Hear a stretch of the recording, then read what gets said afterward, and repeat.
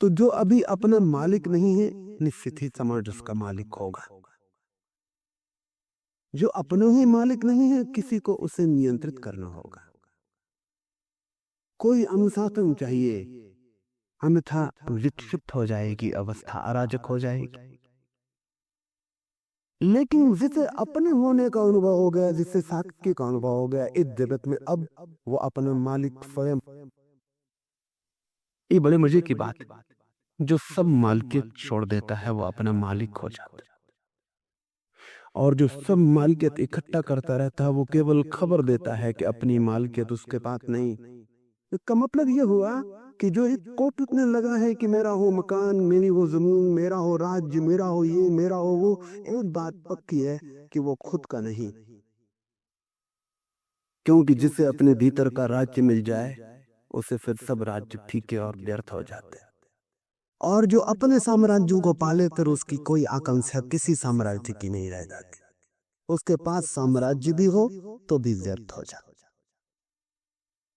अगर उसकी बाहर के साम्राज्य की बात में प्रबल है, तो इस बात की खबर है, इंगित है, इशारा है कि भीतर के मालिक का उसे कुछ भी पता नहीं, उसी की कमी पूर्ति कर रहा है। भीतर मालिक नहीं है, चीजों की मालिकियत बना के भरोसा बिठा रहा है अपने पर कि मैं मालिक हूं। देखो, इतनी ये मेरी जमीन, इतना है मेरा धन, इतना है मेरा फैलाव। ऐसा करके वो अपनों को भरोसा दिला रहा है कि नहीं, कौन कहता है कि मैं मालिक नहीं हूं, इतनी चीजों का मालिक हूं। ये मालिकियत झूठी है, क्योंकि चीजों का कोई जगत में कभी मालिक नहीं होता। भर्तहरि राज्य छोड़कर चला गया तो बड़ी मीठी घटना घटी। राज्य छोड़कर जंगल में चला गया, साधना करने लगा, ध्यान में लीन रहने लगा। एक दिन अचानक ऐसा हुआ कि बैठा है अपनी गुफा के द्वार पर, एक घुड़सवार अचानक रास्ते पर आया। उसके आते दूरी भी नहीं हुई थी कि दूसरा घुड़सवार दूसरी मार्ग से भी उसी के सामने गुफा के द्वार पर आ गया। दोनों की तलवारें एकदम खिंच गई। भर्तहरि को कुछ समझ में ना आया। दोनों की तलवारें जमीन पर टिक गई। तब उसने नीचे की तरफ गुफा से देखा, वहां एक बड़ा हीरा पड़ा।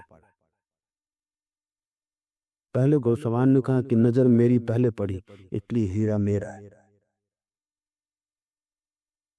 दूसरे घुड़सवार ने कहा कि मेरी तलवार की तरफ देखते हो, मेरी भुजाओं की तरफ देखते हो, नजर कब किसकी पड़ी इससे क्या लेना देना। जो मालिक हो सकता है वो मालिक है, मालिक नो। तलवारें खिंच गई, गर्दनें कट गई। सुंदर बात ही, दोनों गर्दनें जमीन पर कटी हुई पड़ी थी, दोनों शरीर रक्त से भरे हुए जमीन पर पड़े थे। हीरा अपनी जगह पड़ा था। भर्तहरि ने कहा कि बड़ी हैरानी की बात है, जिस हीरो के लिए दोनों ने मालकियत की और दोनों मिट गए, उस हीरो को पता भी नहीं होगा कि क्या क्या हो गया उसके आसपास।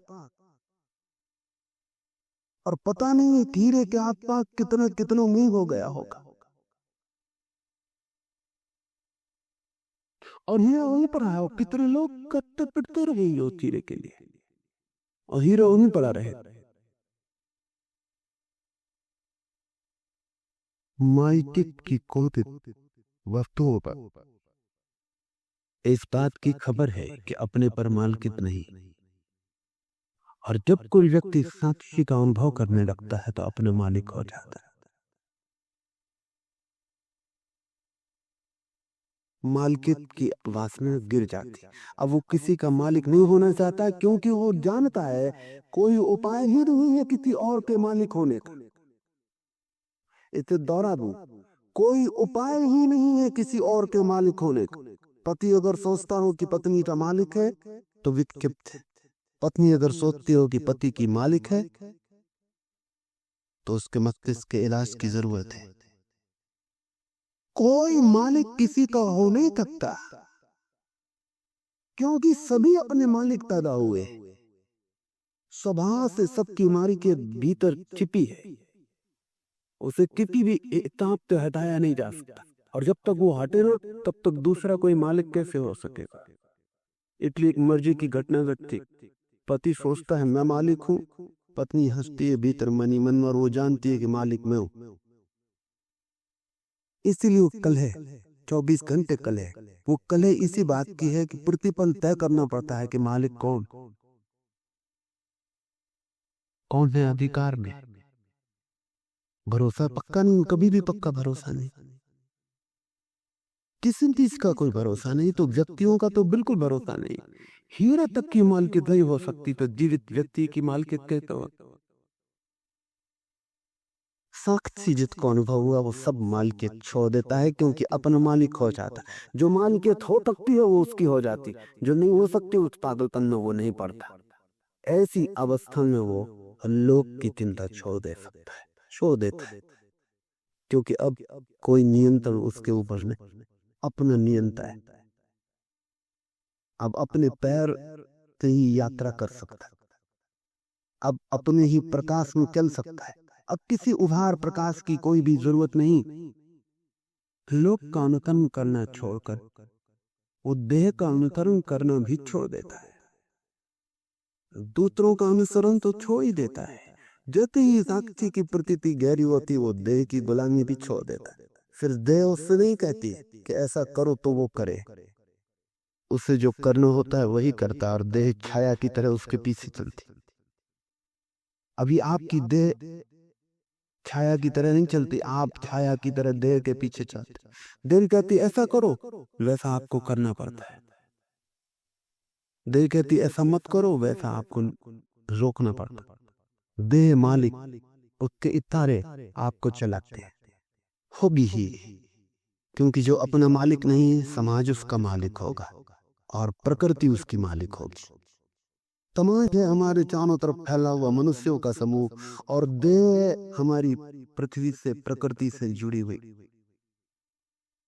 जो अपना मालिक हुआ वो लोगों के समूह के व्यवस्था से भी मुक्त हो जाता है और प्रकृति की व्यवस्था से भी। फिर देह उसे नहीं बताती कि ऐसा करो, फिर वही चलता है और देह उसका अनुसरण करती है। देह के अनुसरण करने की घटना बड़ी मूल्यवान है। हमें तो ख्याल में भी नहीं आ सकता कि देह कैसे अनुसरण कर सकती है।